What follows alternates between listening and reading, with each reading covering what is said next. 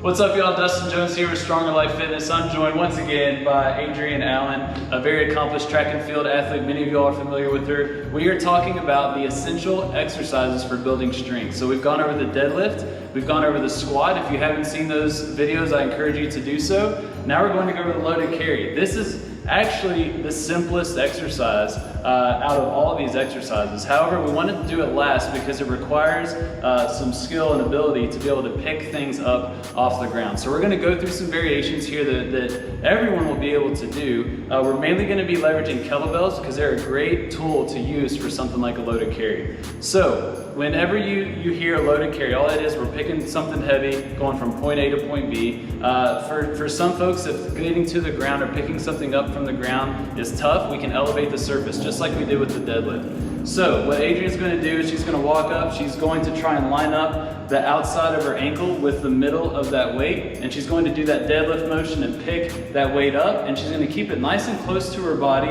really tall posture. She's not flailing all over the place, she's nice and solid and strong, and she's just going to walk on down to align. You see there's not a lot of movement. She's nice and solid and strong. Now when she puts the weight down, you got some options here. Lighter weights, it's okay to just put it on the outside of your foot. With heavier weights, you may want to widen your feet a little bit and then put it down in between your feet like a deadlift, where you're putting it down right in between your ankles. So that's an option.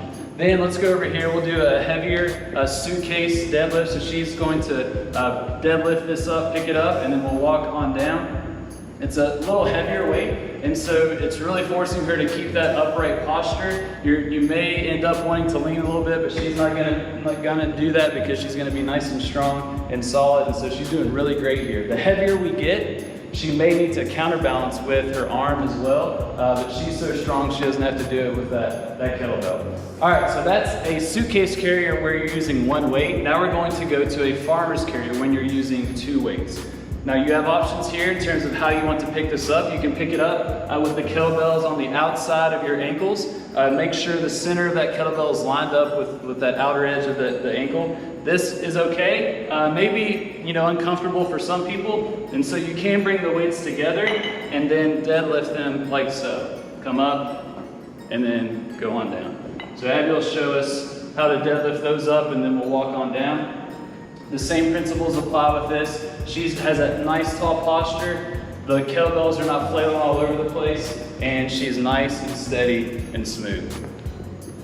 Good, and she'll probably deadlift those down in between her feet there. And now, for some folks that may not have doubles of a particular size, you may have, let's say like a 25 and then a 30-pound kettlebell. Well, you can still use both, obviously. So this would be an asymmetrical farmer's carry to where one side is heavier than the other. Let's go ahead and lift that up and head down. If you do that one, I would encourage you to make sure that you are getting equal reps or time on both sides. So you're not just holding the heavy one in the left hand the whole time. Awesome. So we'll go ahead and put that down.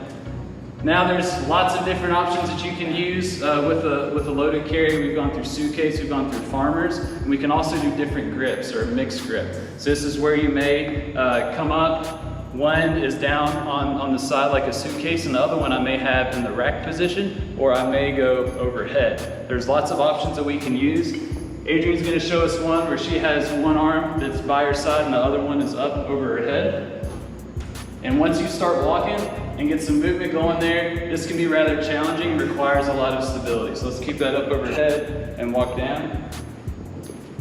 That is not an easy exercise, especially as it gets heavier and heavier, and you're trying to keep that arm as straight as you can the whole time. Bring it down, we'll deadlift that down, and then we'll come to this option, which is just a nice medicine ball. It represents kind of an odd object. Any heavy object that you have around your house, picking it up and going from point A to point B can be very, very helpful to build your posture, to build your core strength, the total body activity. It's going to get you nice and strong and steady on your feet. So let's go ahead and do that. She can hold it like this.